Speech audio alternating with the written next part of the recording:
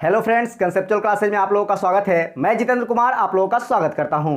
दोस्तों, आज हम लोग सिख धर्म के बारे में पढ़ेंगे तथा सिख धर्म से संबंधित जो 10 गुरु हुए हैं उन 10 गुरुओं के बारे में पढ़ेंगे तथा उन्होंने जो जो महत्वपूर्ण कार्य किए हैं उन सारी चीज़ों को हम लोग इस वीडियो के माध्यम से डिटेल में पढ़ेंगे। उनसे जितने भी ऑब्जेक्टिव क्वेश्चन एग्जाम में बनाकर पूछे जाते हैं उन सारी चीज़ों को हम लोग इस वीडियो के माध्यम से पढ़ेंगे तथा उसे आसानी से याद करेंगे। तो आप लोग वीडियो को शुरू से अंत तक देखें, किस तरह से हम सारी चीज़ों को आसानी से याद कर लेते हैं। दोस्तों, अभी 66वें बीपीएससी का फॉर्म जो है वह फिलअप होना शुरू हो गया होगा। तो आप लोग अगर एक अधिकारी बनना चाहते हैं तो आप लोग 66वें बीपीएससी का फॉर्म जरूर फिलअप करें तथा उसकी तैयारी जो है आप लोग मन तन से करना शुरू कर दें। अभी एक अच्छा खासा समय दिया जाएगा तो आप लोग पीटी की तैयारी जो है दोस्तों वह सिलसिलेवार ढंग से कर सकते हैं। और दोस्तों, सारी चीज़ों को अभी चूंकि समय है तो सारी चीज़ों को जिसका वेटेज अच्छा होता है एग्जाम में, आप लोग उसका एग्जाम पैटर्न देखे होंगे कि उसमें मॉडर्न हिस्ट्री का, साथ ही साथ पॉलिटी का, करंट अफेयर्स का और साइंस का क्वेश्चन जो है अभी ज़्यादा मात्रा में पूछा जाने लगा है। इधर कुछ 1-2 साल का जो बीपीएससी का आप पैटर्न देखेंगे तो उसमें साइंस और करंट अफेयर्स का जो क्वेश्चन है और मॉडर्न हिस्ट्री का क्वेश्चन तो हमेशा से पूछा जाता है दोस्तों। तो आप लोग सिलसिलेवार ढंग से उसकी तैयारी जो है जिसका वेटेज ज़्यादा है उसे थोड़ा डिटेल में पढ़ के आसानी से उसकी तैयारी कर सकते हैं। जिसका वेटेज ज़्यादा है दोस्तों उसकी तैयारी आप अच्छे तरीक़ा से करें ताकि उससे किसी तरह से भी घुमा के अगर क्वेश्चन पूछा जाए तो आप आसानी से एग्जाम में बना करके आ सकते हैं। और मैथ और रीजनिंग का भी प्रश्न पूछा जाता है एग्जाम में तो वह आप लोग के लिए एक कह सकते हैं कि बेनिफिट के रूप में है, क्योंकि मैथ और रीजनिंग उतना हार्ड नहीं पूछा जाता है। तो अगर आप थोड़ा सा ध्यान देते हैं तो मैथ और रीजनिंग का जो नंबर है उसे आप आसानी से गेन कर सकते हैं। तो मैथ और रीजनिंग को भी थोड़ा सा आप ध्यान दे लें और साथ ही साथ जिसका वेटेज अच्छा रहता है modern history, science, current affairs, geography, उसे आप लोग डिटेल में पढ़ें और उसके साथ साथ आप सेट लगाना शुरू कर दें। तो चलिए दोस्तों, आज हम लोग सिख धर्म के बारे में डिटेल से पढ़ेंगे। इनसे जितने भी क्वेश्चन ऑब्जेक्टिव के रूप में एग्जाम में पूछे जाते हैं उन सारे क्वेश्चन को हम लोग इस वीडियो के माध्यम से क्लियर करेंगे। तो चलिए आइए जानते हैं सिख धर्म के बारे में। सिख धर्म की उत्पत्ति जो है दोस्तों वह शिष्य नामक शब्द से हुई है। तो इसे आप याद रखिएगा कि सिख धर्म की उत्पत्ति जो है वह शिष्य नामक शब्द से हुई है। और सिख धर्म के संस्थापक के रूप में जो जाने जाते हैं वह सिख के पहले गुरु गुरु नानक को जाना जाता है। तो सिख धर्म की स्थापना जो है दोस्तों वह गुरु नानक के द्वारा किया गया था। तो इसे आप याद रखिएगा कि सिख धर्म के जो संस्थापक थे वह गुरु नानक देव थे। गुरु नानक देव के बारे में कुछ प्रारंभिक जानकारी जान लेते हैं जिनसे कि ऑब्जेक्टिव के रूप में बनाकर क्वेश्चन पूछ दिए जाते हैं। तो आइए इनके जन्म से संबंधित कुछ चीज़ों को जान लेते हैं। गुरु नानक का जन्म जो है दोस्तों वह 15 अप्रैल 1469 ईस्वी को तलवंडी नामक स्थान पे हुआ था। इस तलवंडी नामक स्थान को हम लोग नानकाना साहब के नाम से भी जानते हैं, जो कि अभी वर्तमान में पाकिस्तान में पड़ता है। तो आप याद रखिएगा कि इनका जन्म जो है वह तलवंडी नामक स्थान पे हुआ था, जिन्हें कि नानकाना साहब के नाम से जाना जाता है, जो कि वर्तमान में अभी पाकिस्तान में पड़ता है और यह रावी नदी के किनारे है। तो यहाँ से कई क्वेश्चन ऑब्जेक्टिव के रूप में बनाकर एग्जाम में पूछे जाते हैं, तो उन सारी क्वेश्चन को आप लोग आसानी से बना पाएंगे। तो आप याद रखिएगा दोस्तों कि इनका जन्म जो है तलवंडी नामक स्थान पे हुआ था, जिन्हें अभी वर्तमान में ननकाना साहब के नाम से जानते हैं। और यह किस नदी के किनारे है दोस्तों? तो रावी नदी के किनारे हैं। आइए अब इनके पिता के बारे में जानते हैं।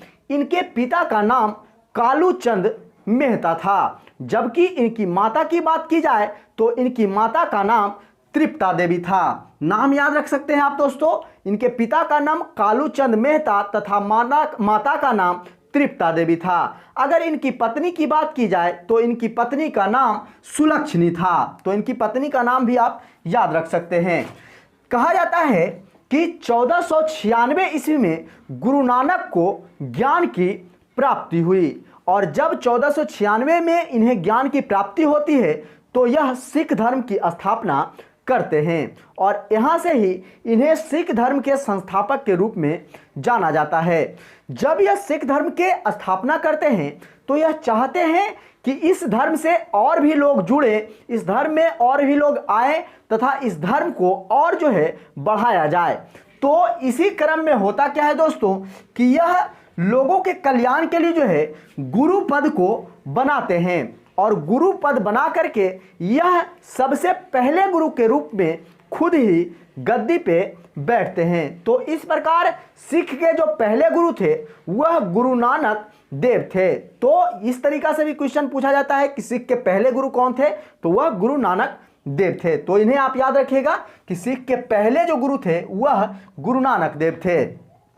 इन्होंने ये जो धर्म था, इन्होंने इस धर्म के विस्तार के लिए इन्होंने संगत तथा पंगत की स्थापना की। अब आइए जानते हैं संगत क्या है दोस्तों और पंगत क्या है। संगत था जो एक धर्मशाला की स्थापना करवाई कि जो लोग भी सिख धर्म से जुड़ना चाहते हैं, आकर के इसमें अपनी रुचि लेना चाहते हैं, तो वह आकर के धर्मशाला में रह सकते हैं और सिख धर्म को अपना सकते हैं। साथ ही साथ पंगत का मतलब होता है दोस्तों लंगर की व्यवस्था, यानी कि खाने की व्यवस्था भी इन्होंने सिख धर्म के अंतर्गत की। जो धर्मशाला में रहते थे वह पंगत के अंतर्गत लंगर की व्यवस्था थी और इससे वह उन्हें खाना खिलाया जाता था। यह लंगर की जो व्यवस्था थी दोस्तों गुरु नानक के समय में अनियमित थी। तो इसे भी आप याद रखिएगा कि लंगर व्यवस्था की शुरुआत किसने की, तो गुरु नानक ने की थी। तो गुरु नानक के द्वारा संगत तथा पंगत की स्थापना की गई थी। अब आइए जानते हैं इनके बारे में। इनकी मृत्यु जो है दोस्तों 1539 ईस्वी में करतारपुर में हो जाती है और इनके मृत्यु से पहले इनका एक बहुत ही प्रिय शिष्य रहता है जिनका कि नाम रहता है लहना, और वही आगे चल करके जो है दोस्तों गुरु अंगद के नाम से सिख के दूसरे गुरु के रूप में जाने जाते हैं। तो इनकी मृत्यु को आप याद रखिएगा कि इनकी मृत्यु जो है 1539 ईस्वी में करतारपुर में हुआ था। तो इनका जन्म तलवंडी में हुआ था 1469 ईस्वी में, जबकि 1539 ईस्वी में करतारपुर में इनकी मृत्यु हो जाती है। और इनकी मृत्यु के बाद इनका जो प्रिय शिष्य लहना रहता है वह गुरु अंगद के नाम से अगले गुरु के रूप में गद्दी पे बैठता है। तो दूसरे गुरु का नाम आप याद रखिएगा दोस्तों, दूसरा गुरु जो थे वह सिख के गुरु अंगद थे। अब आइए गुरु अंगद से कुछ महत्वपूर्ण जानकारियां हैं, उन्हें हम लोग देख लेते हैं। गुरु अंगद जो है इन्होंने ही सबसे पहले गुरुमुखी लिपि का विकास किया। गुरुमुखी लिपि जो था दोस्तों वह लिखने की एक लिपि थी, लिखने की एक भाषा थी। जैसे कि देवनागरी लिपि में हम लोग लिखते हैं हिंदी में कोई चीज़, उसी प्रकार गुरुमुखी लिपि में जो है गुरु अंगद देव जो हैं लिखने का कार्य करते थे। तो गुरुमुखी लिपि का विकास किनके द्वारा किया गया, तो गुरु अंगद के द्वारा किया गया, जो कि सिख के दूसरे गुरु थे। तो यहां से भी क्वेश्चन कई बार एग्जाम में पूछा गया है यह कि गुरुमुखी लिपि का आविष्कार किसने किया या गुरुमुखी लिपि का शुरुआत किसने किया। तो गुरुमुखी लिपि की शुरुआत जो है दोस्तों वह गुरु अंगद के द्वारा की गई थी। तो इसे आप याद रखिएगा। और गुरु अंगद के द्वारा जो लंगर की व्यवस्था गुरु नानक के द्वारा चलाई गई थी उस लंगर व्यवस्था को नियमित कर दिया गया। जहां की गुरु नानक के समय में लंगर की जो व्यवस्था थी वह अनियमित थी, वहीं गुरु अंगद जो है इस लंगर की व्यवस्था को नियमित कर देते हैं और नियमित रूप से जो है लंगर की व्यवस्था चलना शुरू हो जाती है। इसके बाद दोस्तों जब इनका मृत्यु होता है तो इनके बाद जो अगले गुरु बनते हैं सिख के तीसरे गुरु वह बनते हैं गुरु अमरदास। तो तीसरे गुरु का नाम भी आप याद रखिएगा, तीसरे गुरु जो बनते हैं वह गुरु अमरदास बनते हैं। अब आइए गुरु अमरदास से संबंधित कुछ इंपॉर्टेंट पॉइंट है जिनके बारे में हम लोग जान लेते हैं।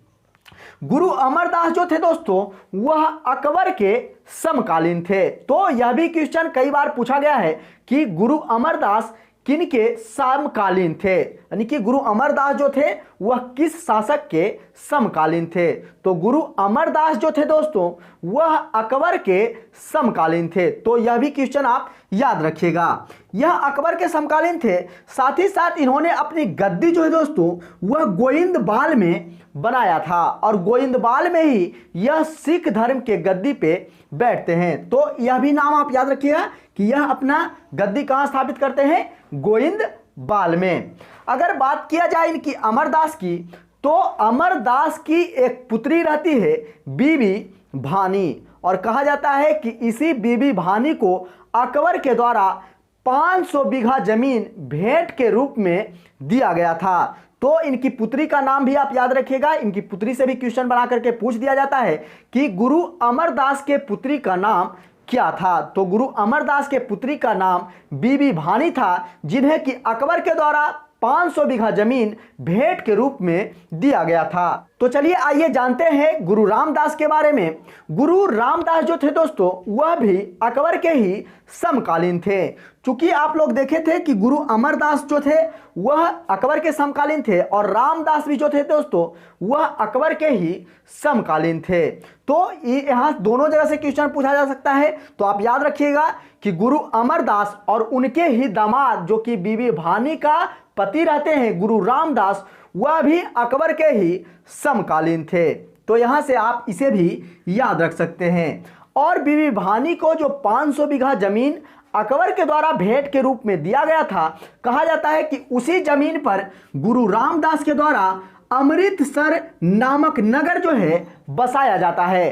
तो यह भी क्वेश्चन कई बार एग्जामों में पूछा गया है कि अमृतसर जो नगर है वह किस गुरु के द्वारा बसाया गया था? तो यह सिख के चौथे गुरु गुरु रामदास के द्वारा अमृतसर नगर की स्थापना जो है, जो 500 बीघा जमीन उनकी बीबी भानी को मिला था, उन्हीं जमीन पे कराया जाता है। तो यह भी आप याद रखिएगा कि अमृतसर नगर जो है उसे किसने बसाया? तो गुरु रामदास ने बसाया था। और इस अमृतसर नगर को रमदासपुर के नाम से भी जाना जाता है। तो यह भी आप नाम याद रख सकते हैं, क्वेश्चन में दोनों तरह से पूछा जा सकता है। इनका नाम चूंकि रामदास था, तो यह जब स्थापना करवाते हैं तो उस समय इसे रामदासपुर ही नाम रखते हैं, और आगे चल करके इसे अमृतसर के नाम से जाना जाता है। तो इन सारी चीज़ों को आप याद रखिएगा। और गुरु रामदास से जो इंपॉर्टेंट चीज़ें हैं वह यह है कि इन्होंने गुरु पद को पैतृक बना दिया। तो यह भी क्वेश्चन कई बार पूछा गया है कि गुरु पद को पैतृक किस गुरु ने बनाया, यानी वंशानुगत किस गुरु ने बनाया? तो वह बनाया था गुरु रामदास ने, जो कि सिख के चौथे गुरु थे। तो सिख के चौथे गुरु गुरु रामदास के द्वारा गुरु के पद को पैतृक बना दिया जाता है, वंशानुगत बना दिया जाता है। और वंशानुगत बना के यह अपने पुत्र जो रहते हैं गुरु अर्जुन देव, उन्हें गद्दी पे बैठा देते हैं। तो यह आप याद रखिएगा कि सिख के जो गुरु का पद था वह गुरु रामदास के द्वारा पैतृक बनाया गया, यानी कि वंशानुगत बनाया गया, और साथ ही साथ वह अपने पुत्र गुरु अर्जुन देव को सिख के 5वें गुरु के रूप में गद्दी पे बैठा देते हैं। तो सिख के जो 5वें गुरु थे दोस्तों वह थे गुरु अर्जुन देव। तो यहां से भी क्वेश्चन बहुत मात्रा में पूछा जाता है गुरु अर्जुन देव से। तो आइए इनके बारे में हम लोग सारी जानकारी प्राप्त करते हैं। दोस्तों, गुरु अर्जुन देव के द्वारा ही सिखों के जो पवित्र ग्रंथ हैं, जिसे कि आदि ग्रंथ या गुरु ग्रंथ साहिब के नाम से जाना जाता है, उसकी स्थापना करवाई गई थी। तो यह आप याद रखिएगा, यह बहुत ही इंपॉर्टेंट क्वेश्चन है, कई बार एग्जामों में पूछा गया है दोस्तों कि गुरु ग्रंथ साहिब या आदि ग्रंथ की रचना जो है वह किनके द्वारा करवाई गई? तो गुरु अर्जुन देव के द्वारा, जो कि सिख के 5वें गुरु थे, उन्हीं के द्वारा गुरु ग्रंथ साहिब की स्थापना जो है 1604 ईस्वी में करवाया जाता है। और कहा जाता है कि इस गुरु ग्रंथ साहिब में जो है गुरु नानक तथा जो सूफी सिलसिला चला था, सूफी जो आंदोलन हुआ था, उस समय कुछ प्रमुख चिश्ती संप्रदाय के जो कुछ प्रमुख संत रहते हैं, उनकी कुछ प्रमुख बातें जो है इस आदि ग्रंथ में संकलित किया गया है। तो गुरु नानक की कुछ उपदेश जो हैं और चिश्ती संप्रदाय के जो कुछ संत हुए थे, उनकी समावेशन जो है इस गुरु ग्रंथ साहिब या आदि ग्रंथ में देखने को मिलता है, जिसकी की रचना जो है वह सिख के 5वें गुरु गुरु अर्जुन देव के द्वारा 1604 ईस्वी में कराया जाता है। तो इसे आप याद रखिएगा। इन्होंने अमृतसर जो नगर बसाया था इनके पिता रामदास ने, वही अमृतसर में एक तालाब के मध्य में स्वर्ण मंदिर का निर्माण करवाते हैं। तो क्वेश्चन, दोनों क्वेश्चन कई बार एग्जाम में पूछा गया है। अगर क्वेश्चन पूछा जाए कि अमृतसर शहर किसके द्वारा बसाया गया, तो गुरु रामदास के द्वारा, जो कि सिख के चौथे गुरु थे। जबकि अमृतसर शहर में तालाब के बीच में एक स्वर्ण मंदिर का निर्माण कराया जाता है, जिसे कि अमृतसर का स्वर्ण मंदिर भी कहा जाता है। तो वह उसका निर्माण जो है सिख के पांचवें गुरु गुरु अर्जुन देव के द्वारा करवाया गया था। तो दोनों क्वेश्चन को आप याद रखिएगा। स्वर्ण मंदिर का निर्माण जो है दोस्तों वह 1589 ईस्वी में करवाया जाता है। इसका डेट अभी तक तो नहीं पूछा गया है, लेकिन पूछ दिया जा सकता है, तो इसे भी आप याद रखिएगा कि स्वर्ण मंदिर का निर्माण जो है 1589 ईस्वी में सिख के पांचवें गुरु गुरु अर्जुन देव के द्वारा करवाया गया था। और साथ ही साथ दोस्तों गुरु अर्जुन देव को सच्चा पातशाह भी कहा गया है। तो यह भी आप याद रखिएगा, यह भी क्वेश्चन पूछ लिया जाता है कि सच्चा पातशाह किस सिख गुरु को कहा गया है। तो सिख के पांचवें गुरु गुरु अर्जुन देव को सच्चा पातशाह के नाम से भी जाना जाता है। इन्होंने दोस्तों 1559 ईस्वी में ब्यास नदी के किनारे गोविंदपुर नामक शहर बसाया था। और साथ ही साथ करतारपुर तथा तरनतारन नामक नगर की भी इन्होंने स्थापना करवाई थी। तो यह आप याद रख सकते हैं कि गोविंदपुर और करतारपुर जैसे नगर की स्थापना जो है गुरु अर्जुन देव के द्वारा करवाई जाती है। अगर इनके बारे में कहा जाए दोस्तों, तो इन्होंने अपने शिष्यों से जो इनके जो शिष्य हुआ करते थे उनसे आध्यात्मिक कर के रूप में उनके कुल आय का 1/10 भाग लेना शुरू कर देते हैं। यानी कि उनके भी जितने भी शिष्य होते थे उनसे वह टैक्स के रूप में यानी कि कर के रूप में कह सकते हैं वो भी आध्यात्मिक कर की। यानी कि अगर आपको रुचि है सिख धर्म में और सिख धर्म को अगर आप बढ़ाना चाहते हैं तो आप कर के रूप में अपने आय का 1/10 भाग दे सकते हैं। तो यह व्यवस्था जो है गुरु अर्जुन देव ने करवाई थी। तो इसे भी आप याद रख सकते हैं। अब गुरु अर्जुन देव के बारे में कहा जाता है दोस्तों कि जहांगीर के जो पुत्र रहते हैं खुसरो, यह खुसरो जो है अपने पिता के खिलाफ विद्रोह कर देते हैं। और कहा जाता है कि खुसरो जो है वह सलाह लेने के लिए गुरु अर्जुन देव के पास आते हैं। और गुरु अर्जुन देव चूंकि सलाह देते हैं खुसरो को, इसीलिए कहा जाता है कि यह राजद्रोह में शामिल हो जाते हैं और जहांगीर के द्वारा इन्हें फांसी की सजा दे दी जाती है। तो खुसरो की सहायता करने के लिए राजद्रोह के कारण इन्हें जहांगीर के द्वारा फांसी की सजा देकर के मृत्युदंड दे दी जाती है। तो यह सिख के पहले गुरु थे जिनकी हत्या जो है जहांगीर के द्वारा फांसी की सजा देकर के की जाती है। तो यह भी क्वेश्चन पूछा जाता है, कई बार एग्जामों में पूछा गया है कि गुरु अर्जुन देव की हत्या किसने करवाई। तो वह जहांगीर के द्वारा जो है इनकी हत्या खुसरो की मदद करने के कारण करवाई गई थी। तो इसे भी आप याद रखिएगा। यहाँ अभी हम लोगों ने दोस्तों यहाँ तक अभी हम लोगों ने 5 गुरुओं को पढ़ा। तो चलिए एक बार इनके क्रम को देख लेते हैं कि अगर इनके क्रम से पूछा जाए तो क्रम से भी हम लोग क्वेश्चन बना सकते हैं। तो पहले गुरु को हम लोगों ने पढ़ा, पहले गुरु जो थे वह गुरु नानक देव थे। और गुरु नानक देव के मृत्यु के बाद उनके जो शिष्य रहते हैं गुरु अंगद, जिनका कि बचपन का नाम लहना होता है, वह सिख के दूसरे गुरु के रूप में गद्दी पे बैठते हैं। फिर अगर तीसरे गुरु की बात किया जाए दोस्तों, तो जब गुरु अंगद की मृत्यु हो जाती है तो गुरु अंगद के मृत्यु के बाद गुरु अमरदास जो हैं वह सिख के तीसरे गुरु बनते हैं। तो पहले गुरु गुरु नानक, दूसरे गुरु गुरु अंगद, तीसरे गुरु गुरु अमरदास और चौथे गुरु जो रहते हैं वह गुरु अमरदास के ही दामाद रहते हैं, जिनका की शादी वह अपनी पुत्री बीबी भानी से करवाते हैं। वह रहते हैं गुरु रामदास। तो चौथे गुरु गुरु रामदास रहते हैं और पांचवें गुरु जो रहते हैं वह गुरु रामदास के ही पुत्र रहते हैं, क्योंकि वह यहाँ से ही जो गुरु रामदास होते हैं वह सिख के गुरु पद को पैतृक बना देते हैं, वंशानुगत बनाते हैं और अपने पुत्र गुरु अर्जुन देव को गद्दी पे बैठा देते हैं। तो चौथे गुरु गुरु रामदास और पांचवें गुरु जो रहते हैं वह गुरु अर्जुन देव रहते हैं। तो आशा करते हैं कि आप लोगों को ये पांचों गुरुओं का क्रम जो है वह याद हो गया होगा। चलिए अब आइए जानते हैं कि गुरु अर्जुन देव के मृत्यु के बाद छठे गुरु के रूप में गुरु हरगोविंद जो हैं वह गद्दी पे बैठते हैं। तो आइए गुरु हरगोबिंद से कुछ इंपॉर्टेंट चीज़ है उन्हें जान लेते हैं। गुरु हरगोबिंद के द्वारा अकाल तख्त की स्थापना करवाई गई थी। अकाल तख्त एक सिंहासन था दोस्तों, जिन्हें कि ईश्वर के सिंहासन कहा जाता था। तो इसे भी आप याद रखिएगा, यह भी क्वेश्चन कई बार एग्जाम में पूछा गया है कि अकाल तख्त की स्थापना किस सिख गुरु के द्वारा करवाया गया था। तो अकाल तख्त की स्थापना जो है दोस्तों वह गुरु हरगोबिंद के द्वारा करवाया जाता है, जिसे कि ईश्वर का सिंहासन भी कहा जाता था। तो इसे आप याद रखिएगा। गुरु हरगोबिंद ने दोस्तों, चूंकि जब यहाँ जहांगीर के द्वारा गुरु अर्जिन देव की हत्या करवा दी जाती है, तो यहाँ से जो अगले गुरु बनते हैं वह चाहते हैं कि सिख धर्म को बचाने के लिए कुछ अलग व्यवस्था की जाए, और यहाँ से यह सिख धर्म के जो अनुयायी रहते हैं, जो भी शिष्य रहते हैं, उन्हें यह युद्ध कला भी सिखाना प्रारंभ कर देते हैं। और गुरु हरगोबिंद जो है वह सिखों को लड़ाकू प्रवृत्ति का बनाना शुरू कर देते हैं।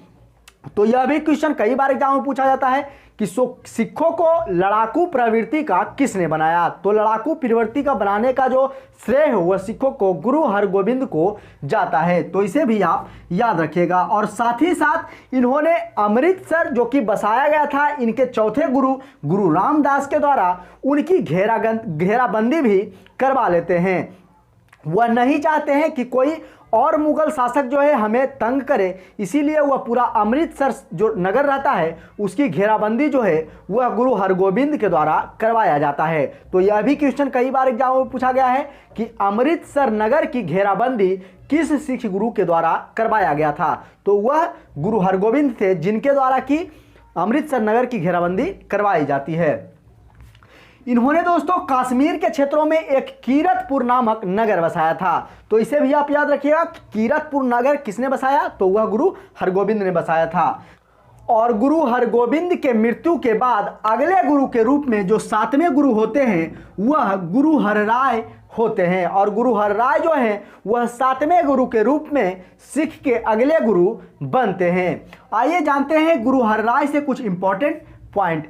गुरु हरराय जो है दोस्तों वह इनसे जो है मिलने के लिए दारा सिकोह आते हैं। चूंकि दारा सिकोह जब अपने पिता के खिलाफ ही उत्तराधिकार का युद्ध लड़ने के दौरान जब हारते हैं औरंगजेब से, तो कहा जाता है कि दारा सिकोह जो है वह गुरु हरराय से मिलने के लिए और इनसे युद्ध नीति सीखने के लिए आते हैं। और कहा जाता है कि दारा सिकोह की जो है मदद गुरु हरराय के द्वारा किया जाता है। यह जानकारी जब औरंगजेब को प्राप्त होती है तो औरंगजेब जो है वह गुरु हरराय को बुलावा भेजते हैं और कहते हैं कि आप हमारे दरबार में आइए। लेकिन गुरु हरराय उनके दरबार में ना जा करके वह अपने पुत्र जो रहते हैं राम राय उन्हें उनके दरबार में भेज देते हैं। और कहा जाता है कि गुरु राम राय जब जाते हैं उनके दरबार में, उनका जो पुत्र रहता है गुरु हरराय के जो पुत्र रहते हैं राम राय, वह जब जाते हैं औरंगजेब के दरबार में तो उससे औरंगजेब प्रभावित होता है और उन्हीं के साथ वह रहने लगता है। इससे जो है उनके पिता जो हरराय रहते हैं वह क्रोधित हो जाते हैं और क्रोधित होकर वह अपने मात्र 6 वर्षीय पुत्र जो रहता है हरकिशन, उन्हें सिख के 8वें गुरु के रूप में गद्दी पे बैठा देते हैं। तो इसे आप याद रखिएगा कि वह अपने पुत्र राम राय से क्रोधित होकर अपने मात्र 6 वर्षीय पुत्र हरकिशन को जो है सिख के 8वें गुरु के रूप में गद्दी पे बैठा देते हैं। तो सिख के 8वें गुरु कौन है दोस्तों, तो गुरु हरकिशन हैं। तो इसे भी आप याद रखिएगा। कुछ दिनों के बाद होता क्या है दोस्तों कि गुरु हरकिशन का, चूंकि वह बहुत ही छोटा रहता है, तो इन्हें चेचक की बीमारी हो जाती है और कहा जाता है कि चेचक के बीमारी के कारण ही गुरु हरकिशन की मृत्यु हो जाती है। तो 8वें गुरु जो थे गुरु हरकिशन, उनकी मृत्यु जो है चेचक के कारण हो जाती है। तो यह भी क्वेश्चन एग्जाम में पूछा गया है कि चेचक की बीमारी के कारण किस गुरु की मृत्यु हुई थी। तो गुरु हरकिशन की मृत्यु जो है दोस्तों वह चेचक के बीमारी के कारण हो जाती है। अब आइए जानते हैं इनके अगले गुरु जो बनते हैं 9वें गुरु, वह बनते हैं गुरु तेग बहादुर। गुरु तेग बहादुर जब गुरु बनते हैं दोस्तों तो कहा जाता है जब यह गुरु पद पर थे तो औरंगजेब ने इन्हें दिल्ली बुलाया। जब गुरु तेग बहादुर गद्दी पे बैठते हैं तो औरंगजेब के द्वारा इन्हें दिल्ली बुलाया जाता है और कहा जाता है कि जब ये दिल्ली जाते हैं औरंगजेब के पास तो इन्हें ज़बरदस्ती जो है इस्लाम धर्म कबूल करने के लिए कहा जाता है, लेकिन गुरु तेग बहादुर के द्वारा इस्लाम धर्म कबूल नहीं किया जाता है। और जब ऐसा नहीं किया जाता है तो औरंगजेब जो रहते हैं वह क्रोधित होकर कहा जाता है कि इन्हें 5 दिनों तक कई सारे यातनाएं दी जाती है, इनका जो सर है उन्हें पानी में डुबोया जाता है और बहुत सारे यातनाएं देकर फिर भी यह इस्लाम धर्म नहीं कबूल करते हैं और अंत में जो है औरंगजेब के द्वारा इन्हें फांसी दे दी जाती है। तो यह भी याद रखिएगा 2 गुरुओं की हत्या जो है वह मुगल शासकों के द्वारा किया गया था। एक गुरु 5वें गुरु थे जो गुरु अर्जुन देव थे, जिनकी की हत्या जहांगीर के द्वारा की गई थी, और एक 9वें गुरु गुरु तेग बहादुर थे, जिनकी की हत्या इस्लाम ना कबूल करने के कारण औरंगजेब के द्वारा कर दी जाती है। तो ये दोनों क्वेश्चन एग्जाम में कई बार एग्जाम में पूछा गया है, तो इसे आप याद रखिएगा।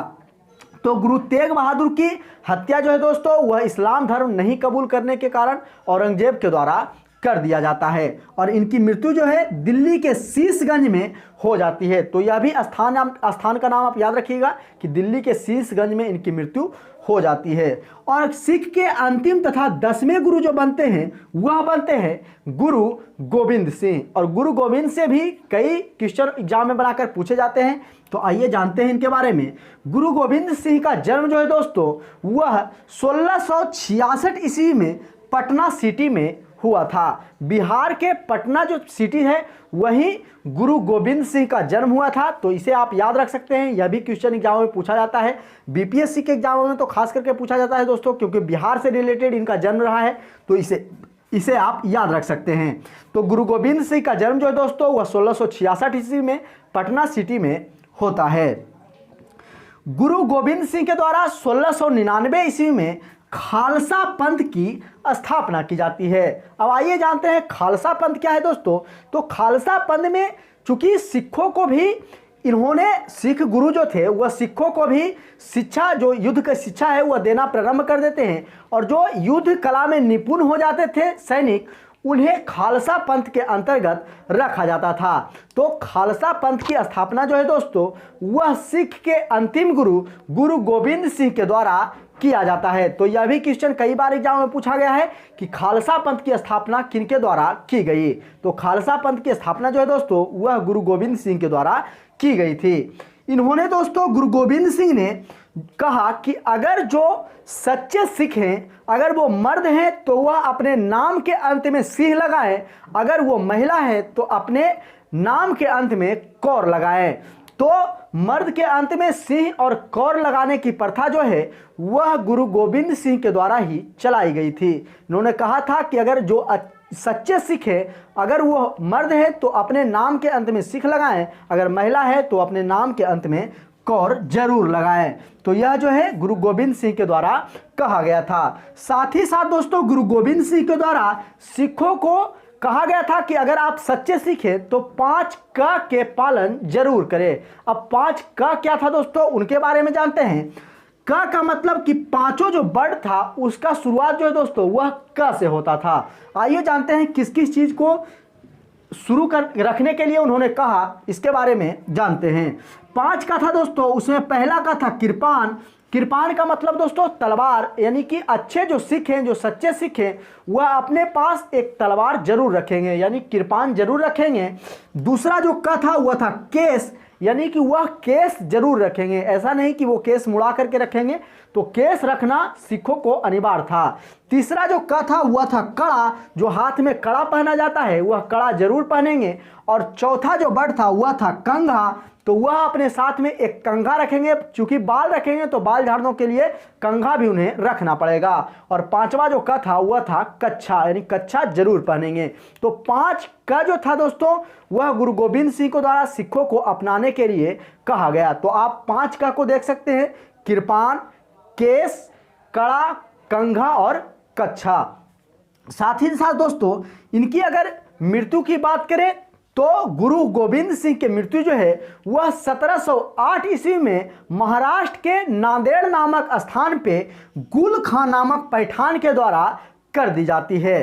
तो इनकी मृत्यु को भी आप याद रखिए कि इनका मृत्यु जो है 1708 ईस्वी में महाराष्ट्र के नांदेड़ नामक स्थान पे गुल खां नामक पैठान के द्वारा कर दी जाती है। गुरु गोविंद सिंह के द्वारा ही दोस्तों इनके द्वारा ही गुरु पद को समाप्त कर दिया जाता है और कहा जाता है कि यहां से यह गुरु पद को समाप्त कर देते हैं और कहा जाता है कि जो भी सिख है वह गुरु नहीं बने, अगले बार से कोई गुरु नहीं बनेगा और जो गुरुओं के द्वारा जो बानी दी गई है गुरु बानी, उसी गुरु बानी को पालन करते हुए सिख धर्म का प्रचार प्रसार तथा उसका बढ़ावा करेगा। तो इस प्रकार से गुरु गोविंद सिंह के द्वारा जो सिख के 10वें गुरु थे उनके द्वारा गुरु पद को समाप्त कर दिया जाता है और उनके स्थान पे गुरु बानी का प्रयोग करने के लिए सिखों को कहा जाता है।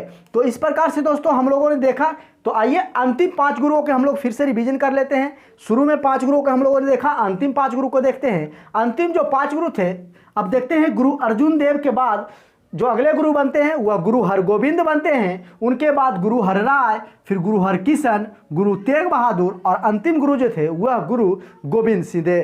तो आशा करते हैं दोस्तों आप लोगों को ये 10 गुरुओं का नाम जो है वह याद हो गया होगा और साथ ही साथ उनसे जितने भी रिलेटेड पॉइंट थे जो कि एग्जाम में क्वेश्चन बनाकर पूछे जाते हैं उन सारे क्वेश्चन को भी आप लोग याद कर लिए होंगे। तो चलिए दोस्तों, अगर आप लोगों को सारी चीज़ें अच्छी लगी है तो आप प्लीज़ वीडियो को लाइक करें, चैनल को सब्सक्राइब करें तथा ज़्यादा से ज़्यादा दोस्तों के पास शेयर करें। तो चलिए दोस्तों, आज के लिए इतना ही, फिर मिलते हैं अगले वीडियो में। जय हिंद।